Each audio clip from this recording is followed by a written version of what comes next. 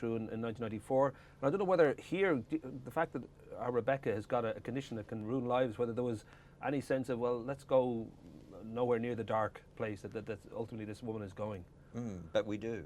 Right. You know, that was what drew me to the story. You know, I do love it. She did remind me of Muriel. That's probably one of the reasons I was drawn to the character, is because she's a character who knows what she wants, but also is her own worst enemy.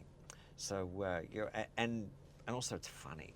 You know, I just love the fact that in the books, Rebecca's financial problems were treated with so much humor, because really, you know, as we find ourselves now, what can we do but laugh? I mean, could things get any worse?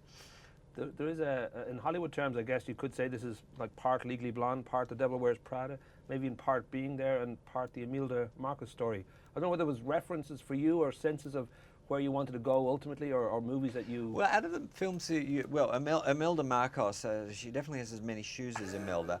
I've not seen Legally Blonde or The Devil Wears Prada, so that was good. You know, because I you know, wanted to, when you make a film in this genre, I think, you know, you like to put your own mark on it. The film that you did mention that was a big influence was Being There, which I did watch prior to the movie, because it's one of my favorite films, and Hal Ashby is one of my favorite directors. And I love the humor in Being There, where you're laughing at things and you're not quite sure why.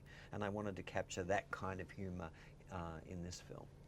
I know I mentioned Muriel's Wedding, and that was your big breakthrough in 1994, and 3 years later you had My Best Friend's Wedding, which was a huge Hollywood debut, and yet it took 5 years from there to make Unconditional Love, and I don't know whether that's because Hollywood just didn't quite agree with you, or whether you didn't agree with Hollywood, or whether it was... No, you know, as a director, look, I'm not one of these directors who have 5 things on the stovetop boiling away. I really commit to one thing. So there are a lot of projects that didn't happen, I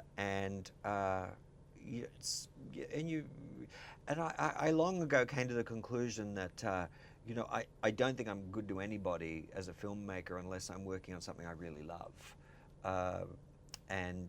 So, you know, that's really just the goal I set for myself every time I make a movie. So, you know, people say to me, why don't you make more movies? And really, it's not for want of trying. What I was going to say is I know with your wife, Jocelyn Moorhouse, who's directed some wonderful movies like Proof, and she hasn't made a movie since 1,000 Acres in 1997, and when you think about it, you've made just 2 movies in the last 10 years, Peter Pan and Unconditional Love.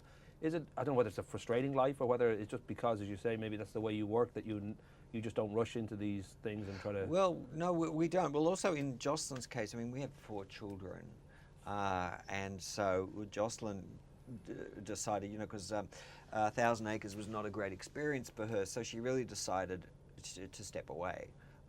You know, because I think, you know, it's when you're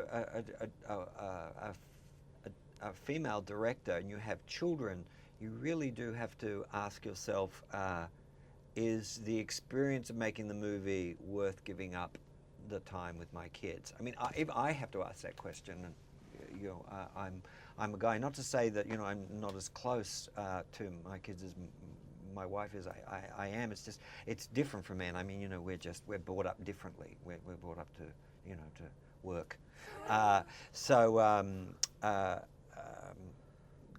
Yeah, it just